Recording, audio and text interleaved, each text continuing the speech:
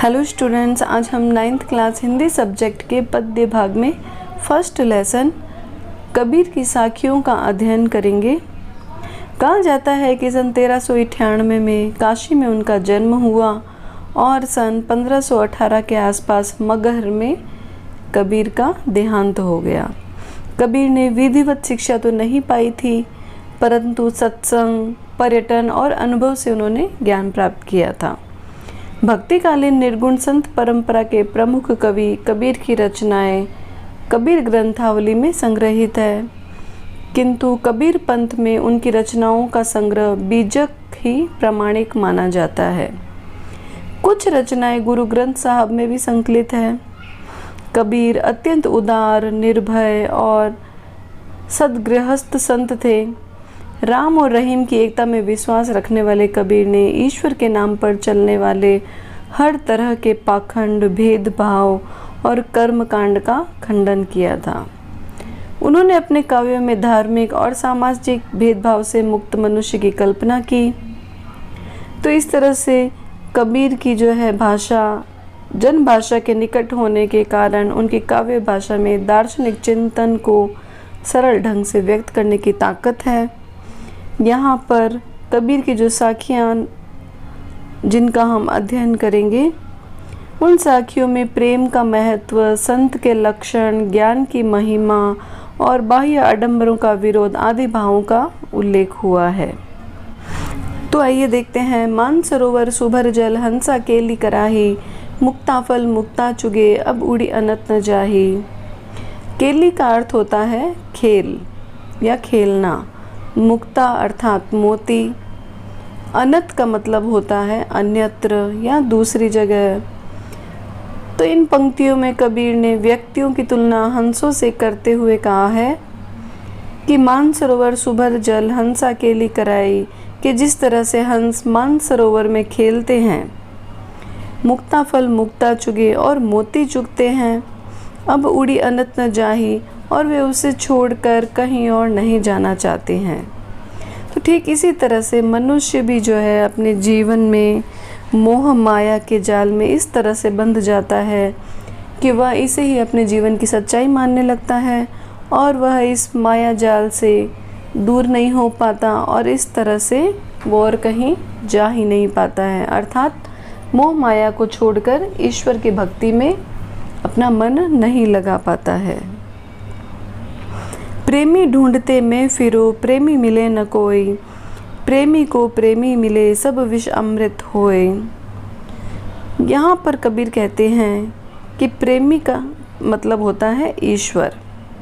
तो कबीर कह रहे हैं कि प्रेमी ढूंढत मैं फिरो, प्रेमी मिलो न कोई, कि प्रेमी अर्थात ईश्वर को ढूंढना जो है बहुत मुश्किल है और वे इसे ढूंढते फिर रहे हैं, परंतु ईश्वर की प्राप्ति उनको नहीं हो रही है। प्रेमी को प्रेमी मिले, सब विष अमृत होए, लेकिन अगर प्रेमी रूपी ईश्वर मिल जाए तो उनको सारा जो विष है वो अमृत के समान सुख में बदल जाएगा। अर्थात सारा विष से तात्पर्य यहाँ पर कष्ट से है और अमृत का अर्थ हो जाता है सुख। तो कबीर यहाँ पर यही अपनी भावना व्यक्त करते हैं कि अगर उन्हें प्रेमी रूपी ईश्वर मिल जाएंगे तो उनके सारे विष यानी उनके जो सारे कष्ट है वो अमृत रूपी सुख में बदल जाएंगे। हस्ते चढ़िए ज्ञान को, सहज दुलीचा डारी, स्वान रूप संसार है, भूकन दे झक मारी। हस्ती का मतलब होता है हाथी, दुलीचा अर्थात गलीचा, डारी का मतलब होता है बिछाना। स्वान यहाँ पर कुत्ते के लिए आया है, भूकन अर्थात भौंकना। तो अब कवि कहते हैं हस्ती चढ़िए ज्ञान को, सहज दुलीचा डारी, कि व्यक्ति को ज्ञान रूपी हाथी की सवारी करनी चाहिए, सहज दुलीचा डारी और सहज साधना रूपी गलीचा बिछाना चाहिए। स्वान रूप संसार है, संसार की तुलना यहाँ पे कुत्ते से की गई है। तो ये संसार जो है कुत्ते के समान है, भूकन दे झक मारी, जो आपके ऊपर भौंकते रहेंगे और जिसे हमें अनदेखा करके चलते रहना चाहिए, अर्थात हमें आगे बढ़ते रहना चाहिए। जो लोग हमारी निंदा करते हैं हमें उनकी तरफ ध्यान नहीं देना चाहिए। दे झक मारी, और वे एक दिन क्या करेंगे, स्वयं ही झक मारकर चुप हो जाएंगे। तो इस तरह से कबीर ने यही यहाँ पे संदेश दिया है कि हमें जो है निरंतर आगे बढ़ते रहना चाहिए, और जो लोग हमारी निंदा करते हैं हमें उनकी तरफ ध्यान नहीं देना चाहिए।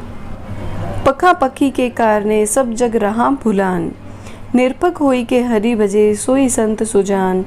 पखा पखी अर्थात पक्ष विपक्ष, जग अर्थात संसार, निरपक अर्थात निष्पक्ष, सुजान अर्थात मनुष्य या सज्जन व्यक्ति।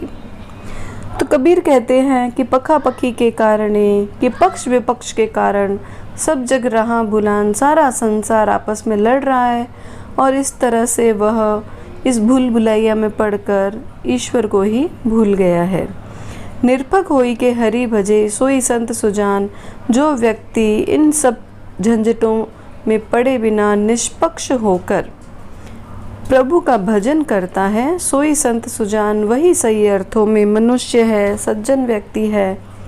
तो यहाँ पर कबीर ने यही भावना व्यक्त की है कि हमें जो है सांसारिक पक्ष विपक्ष को छोड़कर, इन सब बातों से दूर रहकर ईश्वर की जो है सच्चे हृदय से भक्ति करनी चाहिए। हिंदू मुआ राम कही, मुसलमान खुदाई, कहे कबीर सो जीवता, दूहु के निकटी न जाई।